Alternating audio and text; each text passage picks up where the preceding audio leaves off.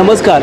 विरार येथील घटना होती. मिलिंद मोरे जे रघुनाथ मोरे जे माजी शहर प्रमुख होते शिवसेनेचे, त्यांच्या मुलाची तिथे निधन झालेलं आहे आणि त्या निधनानंतर विरारमध्ये अगडबंब कोसळला आणि त्या विरार सी रिसॉर्ट या रिसॉर्ट कोणाच्या तरी आदेशाने तो तोडण्यात आला. आपण तेच जे आहेत विरारचे रहिवासी त्यांच्याकडून आपण जाणून घेऊया हा काय प्रकार झाला त्यांच्याबरोबर. काय तुम्ही CCTV फुटेजमध्ये बघू शकता. रिक्षावाल्याने रिव्हर्स घेत असताना त्यांच्याकडून त्यांचं मोरे कुटुंब जे होतं म्हणजे मोरे साहेबांचं जे कुटुंब होतं ते पाठीच होते. त्यांच्यातला एक मुलगा रिक्षाच्या धक्क्याने खाली पडला आणि त्याच्यानंतर रिक्षावाल्याने तडक म्हणजे तो बाहेर पण आला आणि त्याने रिक्षा पुढे पण केली. त्याच्यासाठी काही माणसांनी पण मदत केली आणि त्याच्यानंतर मोरे साहेब जे होते त्यांनी रिक्षावाल्याच्या त्यांनी 2 रिक्षावाल्याच्या कानाखाली पण मारला. रिक्षावाल्याने त्यांना काही हात वगैरे उचललेला नव्हता. जे त्यांच्याबरोबर महिला होत्या त्यांनी त्यांच्यावर हात पण उगारला. रिक्षावाल्याला पूर्ण बाजूने घेरलेलं होतं, पूर्ण महिलांनी घेरलेलं होतं.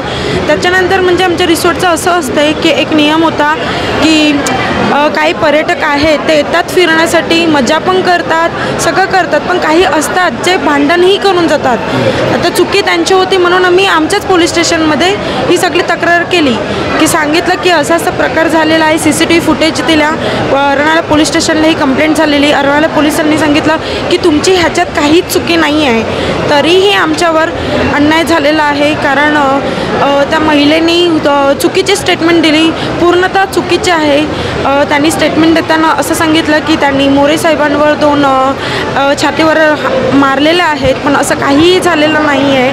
सेल्फ डिफेन्स करताना आमच्या माणसांनी फक्त त्यांना बाजूला करण्याचा प्रयत्न केलेला आहे. त्या महिलांनी खूप अटक केलेलं आहे, खूप मारलेलं आहे आमच्या लोकांना. ती त्यांची नोंदणी त्यांच्यावर केस नाही झाली असं का म्हणजे आम्हाला माहितीच नाही की एवढा हा प्रकार खूप लहान होता पण केलेला आहे खूप मोठा. मला एवढंच म्हणायचं आहे की आता नंतर एवढं स्टेटमेंट दिलं, पोलिसात झालं, सगळं झालं, पोलिसांनी सुद्धा सांगितलं तुमची चुकी नाही आहे, तरीही त्यांनी हा निर्णय का घेतला. म्हणजे मुख्यमंत्र्यांनी असं त्यांचं म्हणणं आहे की पर्यटक जातात आणि रिसॉर्टवाले तुमचं असं म्हणणं आहे की मुख्यमंत्र्यांनी आदेश दिले रिसॉर्ट तोडायला. हो, त्यांचं स्टेटमेंट आहे माझ्याकडे. त्यांनी लाईव्ह येऊन सांगितलेलं आहे की पर्यटक फिरायला जातात ना, मग रिसॉर्टवाले मारतात कसे. असंच कोणी नाही मारत. समोरचा व्यक्ती काहीतरी हे करतो, प्रॉब्लेम्स क्रिएट करतो, तोही मारतो, तोही बोलतो, तोही पितो आणि तोही भांडतो. पण आमच्या लोकांनी त्या भांडणीत काहीही केलेलं नाही आहे, फक्त सेल्फ डिफेन्स म्हणून साईडला केलेलं आहे. त्यांची नावं हा रिसॉर्ट तोडल्यानंतर किती कुटुंब उद्ध्वस्त झालीत असं तुमचं? 11 कुटुंब. 11. किती माणसं? 150 माणसांचा परिवार आहे आमचा. त्याच्यावरती रिसॉर्टवरती चालू होता. हो. आता तुम्ही ह्यानंतर काय अपेक्षा आहे तुमच्या मुख्यमंत्र्यांची? आमची एकच अपेक्षा आहे, तुमच्याकडे ज्या माहिती गेल्या त्या पूर्णतः चुकीच्या होत्या, चुकीच्या रूपाने गेल्या.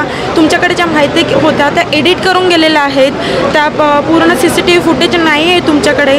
तुमच्याकडे फक्त सेल्फ डिफेन्स करताना जो एक मुलगा दिसतोय व्हाईट टी-शर्टवाला, त्याचंच येतं आहे की त्याने मारहाण केली, पण त्याने असं काहीही केलेलं नाही. त्याचं टी-शर्ट त्या समोरच्या व्यक्तीने फाडलेलं आहे, तरीही त्याला जेलमध्ये टाकलेलं आहे. आमच्या लोकांनी फक्त त्यांना साईडला करण्याचा प्रयत्न केलेला आहे, तरीही त्यांना नावासकट. आता त्यांना तर माहिती नसेल ना की ह्यांची नावं काय आहेत, त्या रिसॉर्टवाल्यांची नावं काय आहेत.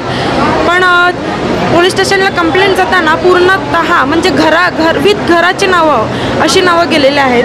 जसे असतात जीवदानी कृपा, असे साई निवास, अशी नावं घराची नावं दिलात. तर आमच्या आजूबाजूच्या माणसांनीच हे सगळं केलेलं आहे. आता रिसॉर्ट तोडलेला आहे. आता तुम्हाला स्वयंरोजगाराचं काय, आता तुम्ही काय साधन करता? आमच्याकडे रोजगार म्हणून काहीच नाही आहे. आम्हाला फक्त भरपाई पाहिजे आमची, जेवढं तुटलेलं आहे परत उभारण्यासाठी बस. मला दुसरं बाकीचं काही नाही. आणि आमची माणसाची जेलमध्ये आहेत, त्यांची चुकी नसताना, त्यांचा गुन्हा नसताना त्यांना गुन्हेगार असं सांगतात काही रिपोर्टर्स, काही माणसं, पण ती गुन्हेगार नाही आहेत. त्यांना बाहेर पाहिजेत बस आम्हाला.